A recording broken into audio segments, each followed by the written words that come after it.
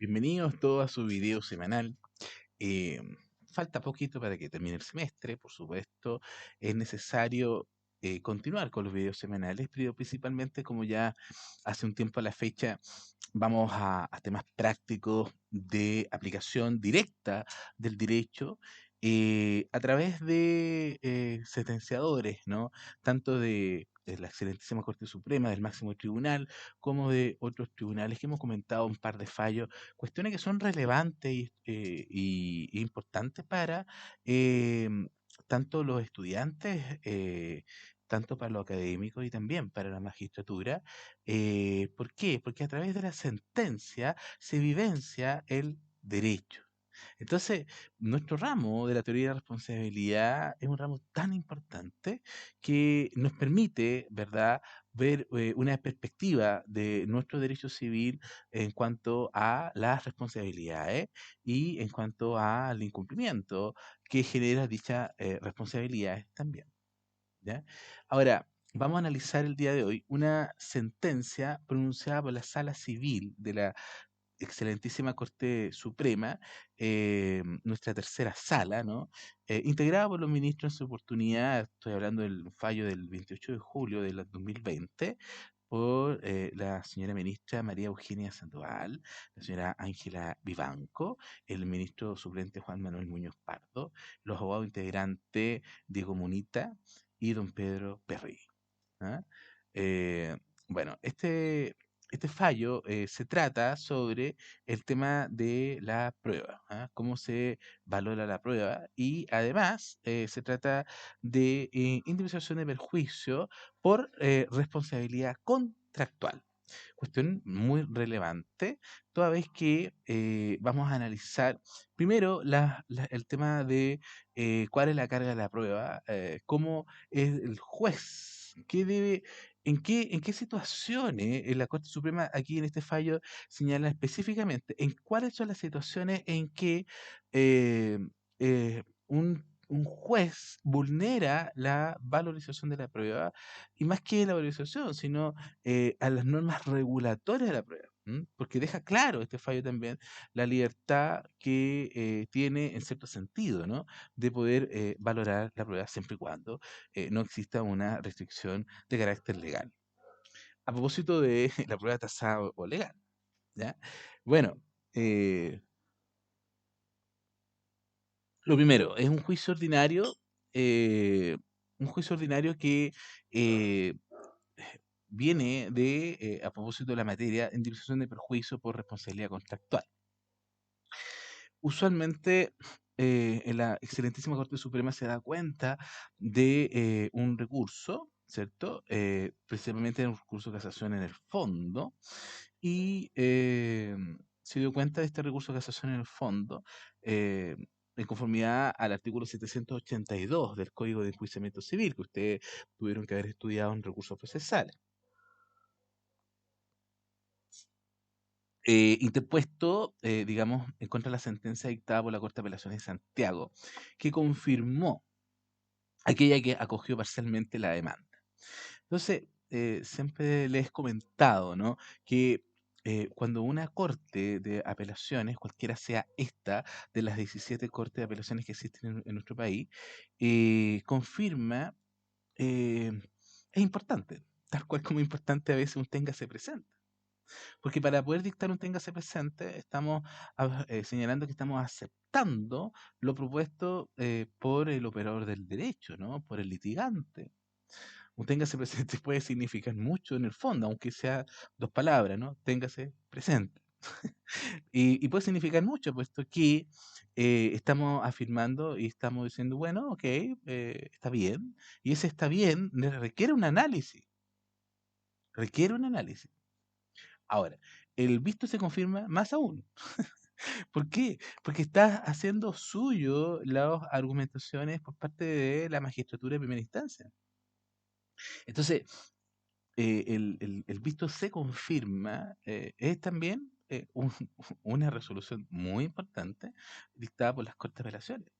Ahora, eh, se, se interpuso este recurso de casación en el fondo en contra de la sentencia dictada, como les comentaba, por la Corte de Apelaciones de Santiago, que confirmó aquella que acogió parcialmente la demanda, en el sentido de que solo se condena a la demandada a pagar 55 millones de pesos, ¿ah? Al haber pagado con mora 101 facturas y 2 notas de crédito. eh, Desestimando la demanda en lo demás, esto es, la morosidad en el pago de otras 1.716 facturas, que por recurso de casación en estudio se denuncia la infracción del artículo 1712 en relación al artículo 426, a propósito del informe perito, presunciones. Entonces, es interesante puesto que eh, designa como infracción a las normas regulatorias de la prueba. Señala los hierros se confirman desde que los medios probatorios rendidos se obtienen de una presunción que tiene la gravedad suficiente para construir plena prueba. Recordemos un poquito esto. Nuestro código dice que una sola presunción puede constituir plena prueba siempre y cuando tenga 3 grandes características. El GPS, ¿ah? Pero grave, precisa, ahora GPC, ¿ah? Grave, precisa y concordante, ¿ah? Agua es del GPS, ¿ah? Pero este GPC, con C de casa, ¿ya? Para que se acuerde nomás, ¿no? Porque lamentablemente esta materia de la prueba es muy relevante y no muy bien estudiada por parte de los estudiantes en su proceso académico. Ahora, eh, bueno, luego señala que hay hierros que configuran desde que los medios probatorios rendidos se obtienen de una presunción que tiene la gravedad suficiente, habíamos señalado, para constituir plena prueba. Bueno, explica que son hechos conocidos las circunstancias que el demandante entregó la factura y que la demandada no rechazó ninguna de ellas. Y una muestra considerable es que de 101 de un total de 1.800 fueron entregadas dentro del plazo máximo de 20 días posteriores a la emisión de las mismas. Además, es pacífico de la demandada, ¿no? O sea, un hecho eh, que no se discute, porque un hecho pacífico quiere decir que no es un hecho controvertido, ¿cierto? Y por lo tanto, no hay por qué probarlo, ¿no? Si nosotros lo lleváramos a la reforma procesal penal, serían las famosas convenciones probatorias. ¿Ah? Hay un hecho que son pacíficos entre las partes y que acuerdan no discutirlo, digamos, ¿no? Entonces, para que se vaya entendiendo este tema de pacífico, ¿no? Es pacífico entonces que la demandada pagó la factura. ¿M? eh, Refiere que los elementos de hecho acreditados y no discutidos por las partes antes señaladas se debió necesariamente presumir por los jueces de fondo el hecho desconocido. Esto es, que la sociedad demandante entregó todas las facturas dentro del plazo estipulado en el contrato y no se efectuó reclamo alguno por la demandada, de lo que necesariamente se infiere que al momento de ser pagadas las mismas lo fue fuera de plazo estipulado en el contrato, es decir, en mora. Luego de señalar, o sea, estamos hablando como una parte expositiva, ¿no? Del fallo, ¿no? Todavía la Corte Suprema no empieza a hablar, solamente, o sea, está hablando, pero solamente replicando lo más importante para poder llegar a resolver este fallo, digamos, ¿no? Eh, el considerando tercero del fallo en estudio dice que se asevera que las infracciones denunciadas a la valorización de la prueba revisten influencia sustancial en los dispositivos del fallo, puesto que de no haberse incurrido en ella, se había prestado acogida a la demanda por el total de los perjuicios moratorios cuyo resarcimiento fue demandado. O sea, en dos palabras, lo que nos está señalando es que ellos, para poder interponer un recurso de casación en el fondo, un requisito sine qua non, es que exista una infracción de ley, ¿cierto? Y esta infracción de ley haya influido sustancialmente en los dispositivos, en la parte resolutoria litis. Y claramente cada uno de los litigantes debe argumentar de qué manera, ¿no? Influyó en la parte resolutoria liti esa infracción de ley. Y en particular se está analizando esta infracción de ley a las normas regulatorias de la prueba. Bueno, entonces luego el fallo nos señala que para una mejor inteligencia del arbitrio en estudio, del arbitrio es del recurso en estudio, ¿no? Eh, para una mejor análisis, ¿no? del recurso en estudio. Eso significa que cuando los fallos dicen para una mejor inteligencia del arbitrio en estudio, ¿ah? El arbitrio se está refiriendo al recurso, ¿ah? Sin acento, porque si no sería un juez árbitro. ¿Ah? Ya. Es menester tener presente que las circunstancias y antecedentes del proceso, ¿no? O sea, como una panorámica, ¿no? A ver, de qué estamos, cuál es el escenario, ¿no? En que se dieron las circunstancias. ¿Ah? Entonces dice ahí la sociedad procesadora de Tres Palitos Limitada, deduce leche, ¿no? Pero Tres Palitos Limitada, leche, productora de leche.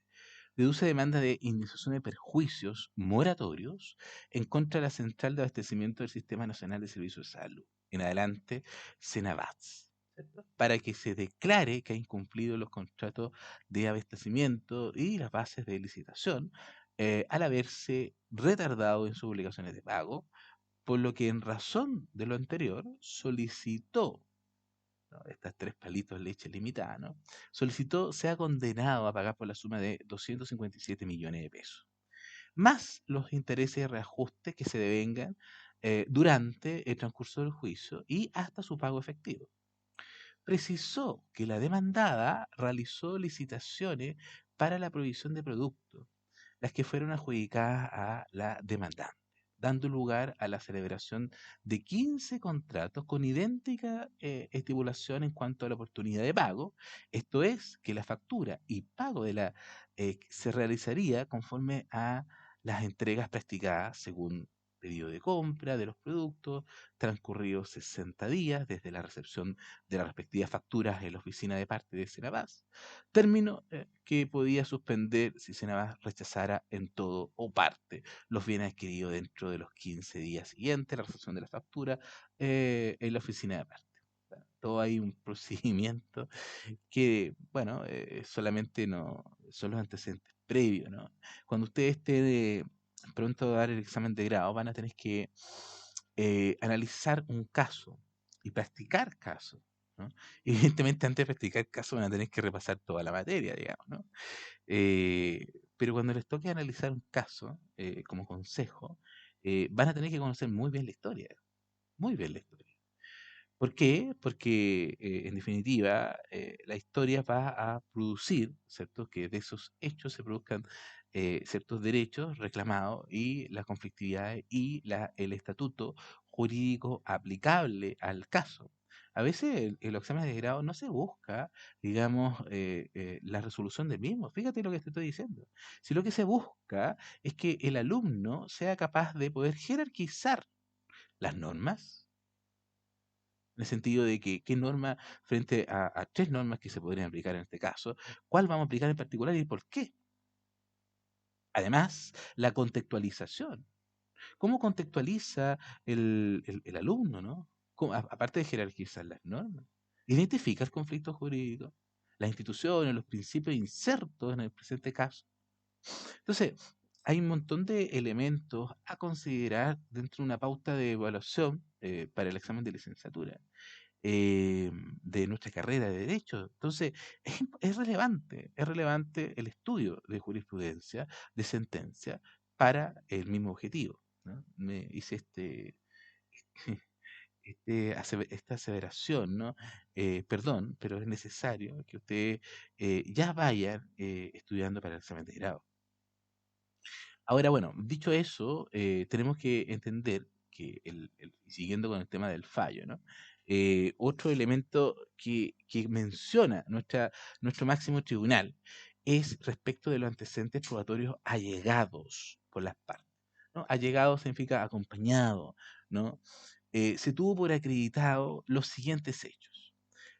101 facturas fueron recibidos por la oficina de parte de Senaba en la fecha de cada caso, señala, respecto de las cuales se fundó la demanda, ¿no?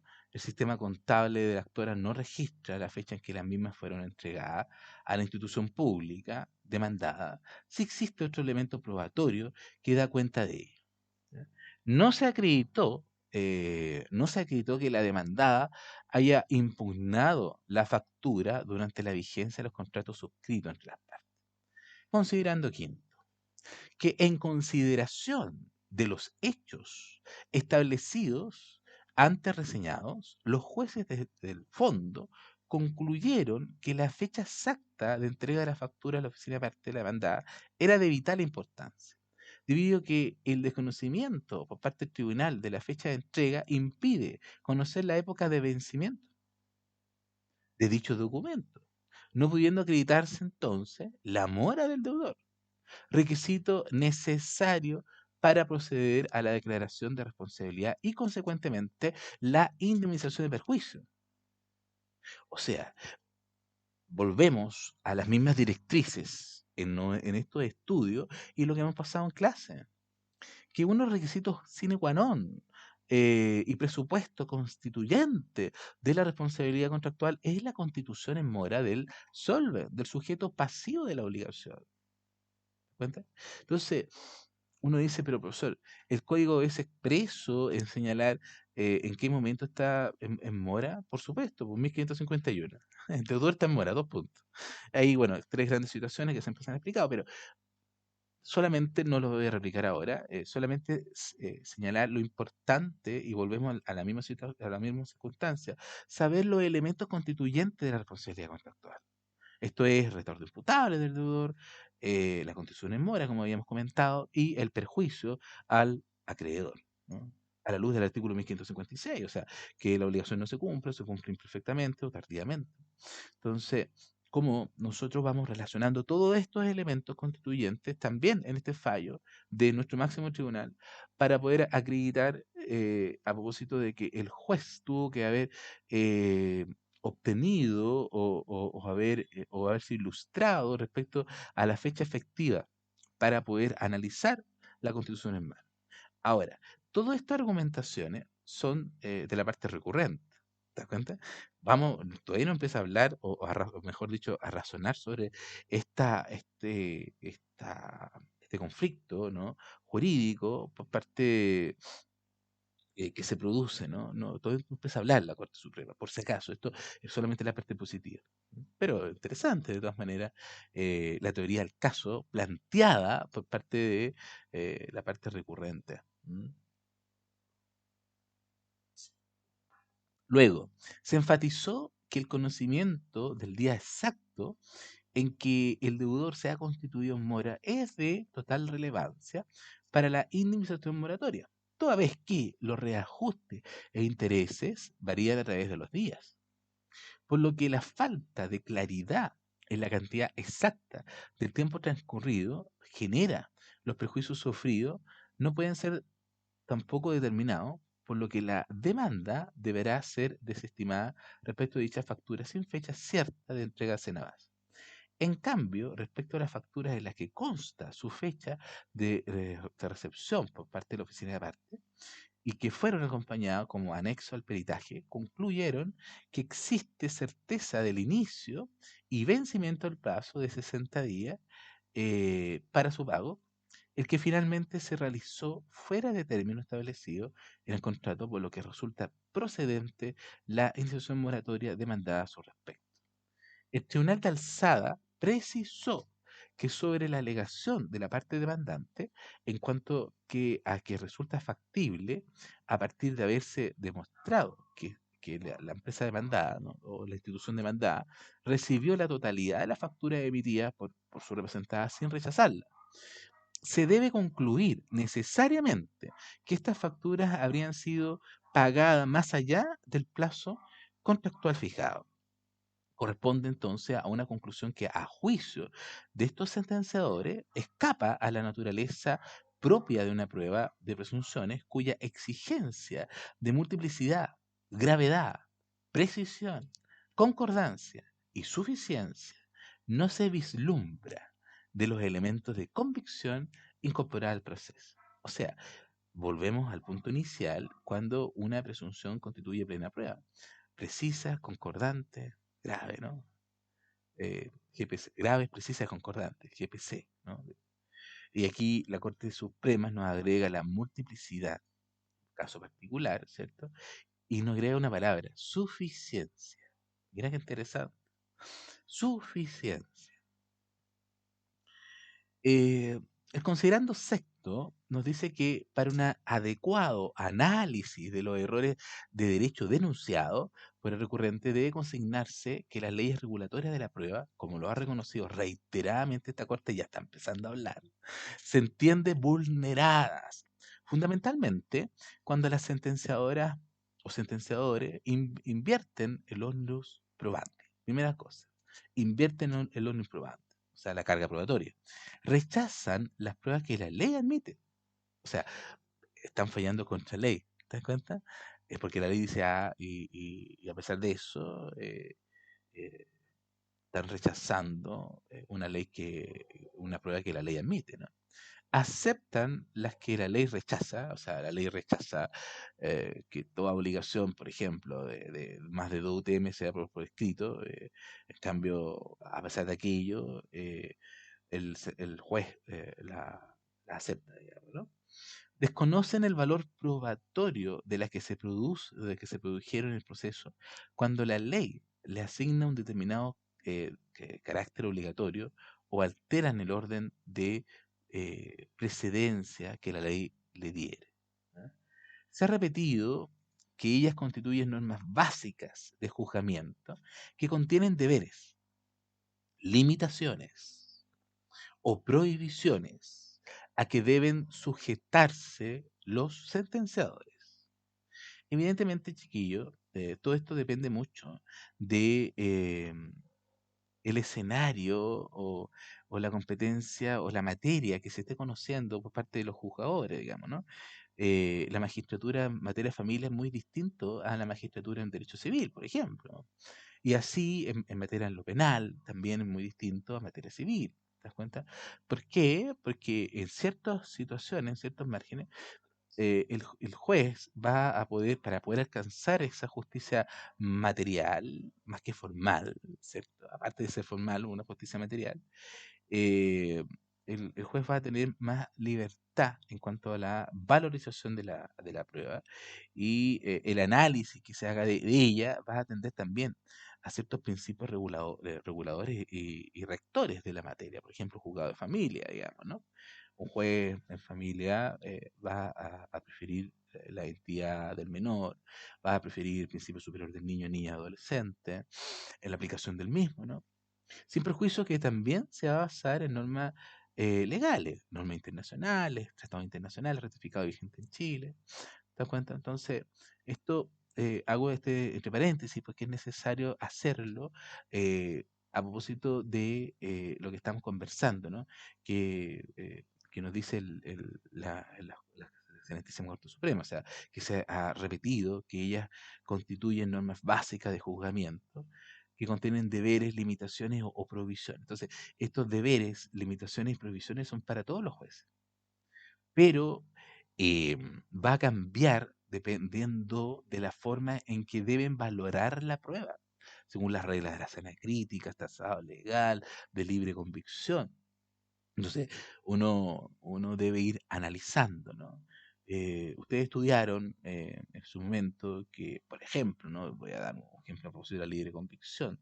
eh, Cuando hay una prueba que acredita un hecho A, que el hecho es A, y hay otra prueba que acredita que el mismo hecho es B, uno dice, bueno, hay ciertos hechos, ¿cierto?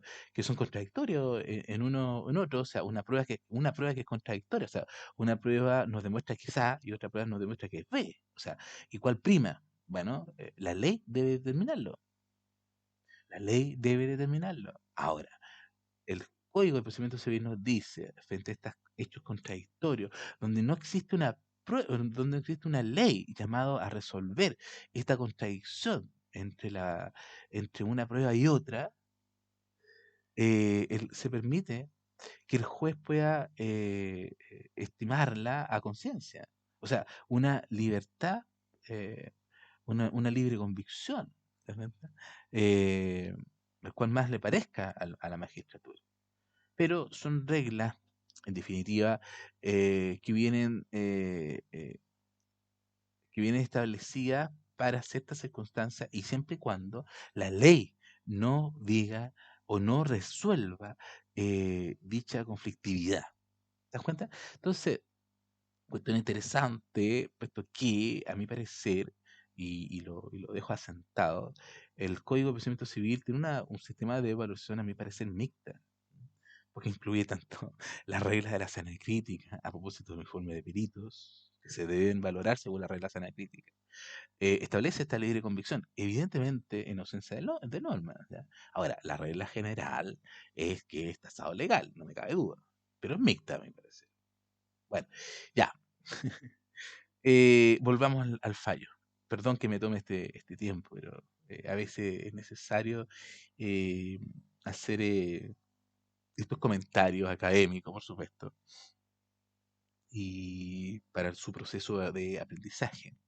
Bueno, ahora se ha repetido que ellas constituyen normas básicas, dice el fallo de juzgamiento, y que contienen deberes, limitaciones, prohibiciones a que deben sujetarse los sentenciadores. Luego, los jueces de fondo son soberanos para apreciar las pruebas dentro del marco establecido por las normas pertinentes. ¿Te das cuenta? O sea, claro, o sea, el juez puede valorar la prueba según su criterio, o sea, si no, ¿para qué está el juez? O sea, si fuese así, sería una forma matemática, ¿no? Ah, ya, de dos testigos, ya, igual a tanto, dos testigos igual a tanto. Si los testigos no se suman, los testigos se pesan. ¿Ah? Alguna vez van a volver a escuchar lo que acabo de decir. Entonces, no es que el juez sea soberano, ¿no? Para poder valorar la prueba, ¿no? Evidentemente, eh, la fallo lo dice, ¿no? Dice los jueces de fondo son soberanos. Pero, claro, o sea, ellos tienen todas las facultades, a eso se refiere, pero dentro del marco establecido para las normas pertinentes. Y es por eso que existen este tipo de recursos de casación en el fondo, precisamente cuando se infringe las normas regulatorias de la prueba. Entonces, bueno, luego dice, eh, por ello, no son susceptibles de ser revisadas por la vía de casación en las decisiones que los sentenciadores basados en las disposiciones que entregan libremente la justipreciación, perdón, la justipreciación de los diversos elementos probatorios. ¿Ah? Que los artículos 1712 del Código Civil y el artículo 426 del Código de Procedimiento Civil, si bien revisten el carácter de normas regulatorias de la prueba, en lo referente a la prueba de presunciones, ¿no?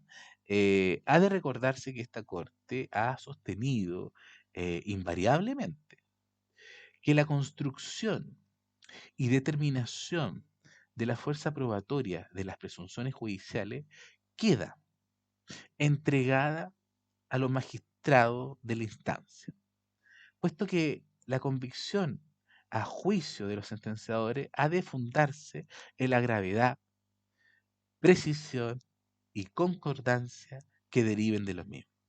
Fíjense lo que estamos conversando, coloquen atención.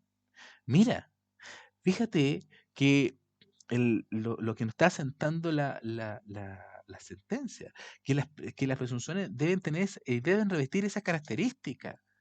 GPC, no GPS, ¿ah? GPS de los autos, ¿no? GPC, graves, precisas y concordantes.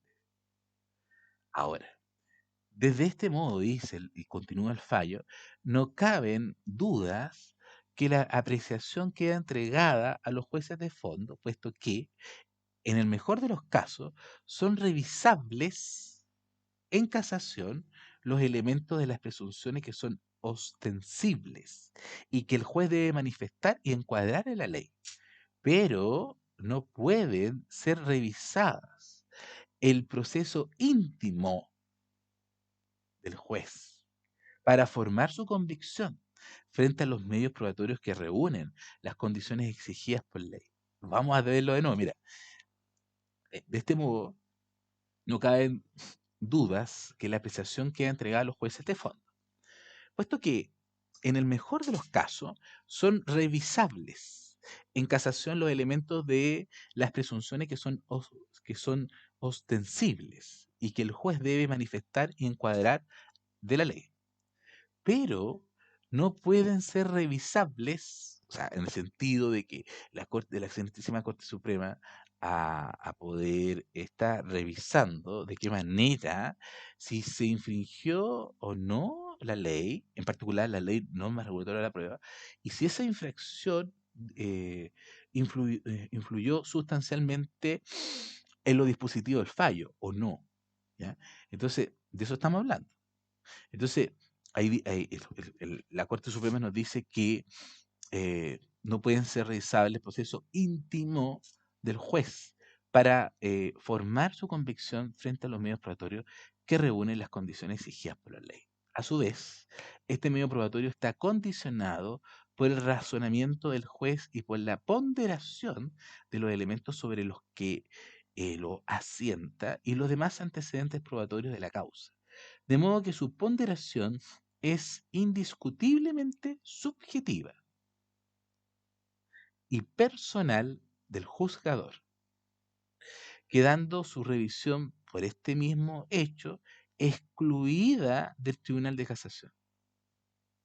O sea, está bien, o sea, la Corte Suprema va a revisar si se infringió la norma regulatoria de la prueba, pero según la norma, según la ley. Ahora, el margen que se tiene para el razonamiento que se tuvo o el fuero interno que tuvo el juez en poder determinar esa convicción, ¿no? Como dice el Código Procesal Penal, más allá de toda duda razonable, frente a los hechos, hechos que, y la prueba, ¿no? De los hechos, perdón, rendidos en el juicio, que lo llevaron a poder determinar a o B en el fallo, es una cuestión que le toca a cada uno de los jueces. Y dentro de la independencia y dentro del principio de independencia de cada uno de la magistratura, digamos, ¿no? Entonces, eh, estamos terminando el fallo, ¿no? Para que no se me aburran tanto. Eh, en el último considerando dice que descartadas las infracciones denunciadas a las leyes regulatorias de la prueba, el recurso de nulidad sustancial, ¿te das cuenta? Habla de nulidad sustancial, ¿ah? A propósito del recurso de casación en el fondo, o sea, es otra forma de señalar, ¿no? De nombrar, mejor dicho, ¿no? El recurso. Será desestimado por manifiesta falta de fundamentos. O sea, en dos palabras, también acá es necesario de qué manera se funda el recurso, acreditando por parte de los abogados, de los operadores del derecho, de los litigantes, de poder lograr esto, ¿no? De poder eh, eh, analizar de tal manera eh, que quede de manifiesto esta infracción que existió. ¿Te das cuenta? Bueno, luego se rechaza el recurso de casación por lo que hemos comentado en el video del día de hoy. ¿Ah? Ahora, eh, ciertas recomendaciones, ¿no? Eh, Uno dice a veces, tengo mucho que estudiar, tengo mucha actividad laboral, tengo muchos problemas, ¿cierto? Pero el conocimiento no tiene espacio, digamos, ¿no? Entonces, volvamos, por favor, a ese espíritu de estudio, ¿ya? Ahora, principalmente que están terminando el proceso académico, ¿no? Volvamos a ese espíritu que teníamos en primer año, ¿ah? Voy a ser abogada, voy a ser abogado, ¿ah? Ese espíritu que a veces se perdió, ¿no? Por diferentes elementos. Volvamos, reencantémonos con la carrera, con el espíritu. Si no, vamos a considerar que son meros trámites. Y eso no es bueno, ¿ya? Es un par de consejos para ustedes. Bueno, que estén muy bien. Ha sido un gusto trabajar el día de hoy a propósito de esta responsabilidad en materia contractual. Que estén muy bien, estudien y nos vemos para su prueba. ¿Ah? Que estén muy bien, hasta luego.